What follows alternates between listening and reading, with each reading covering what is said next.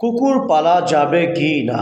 ইসলাম কি বলেছেন? আপনার আমার নবী মুহাম্মদ সাল্লাল্লাহু আলাইহি সাল্লাম বলেছেন, কুকুর তখনই পালতে পারবে যে ইসলাম এতটুকু আপনাকে আমাকে দিয়েছেন। ধরেন, ঘর বাড়ি পাহারা দেওয়ার জন্য, গাছপালা পাহারা দেওয়ার জন্য বা ক্ষেত খামারি পাহারা দেওয়ার জন্য যদি কুকুর পালেন, জায়েজ আছে। অথবা শিকারি করার জন্য, দেখেন না অনেক সময় সেনাবাহিনী বিভিন্ন মাঠ পরিদর্শন করে, সেখানে কোনো বোম আছে কিনা, এটা আছে কিনা, সেটা আছে কিনা, শিকারি করা।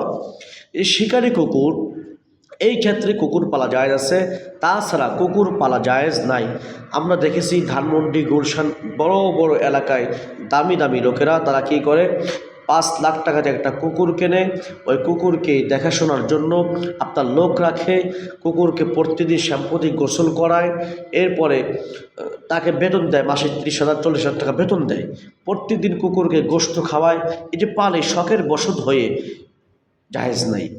শুধুমাত্র ক্ষেত খামারি দেখার জন্য, ঘর দেখার জন্য যদি আপনি কুকুর পালেন, এতে সমস্যা নাই।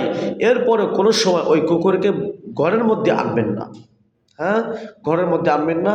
কুকুরকে আলাদা কোনো জায়গা করে দেবে, সেই জায়গায় সে থাকবে। একটা জায়গায় তাকে খাবার দিয়ে আসবে, সেই জায়গায় সে খাবে।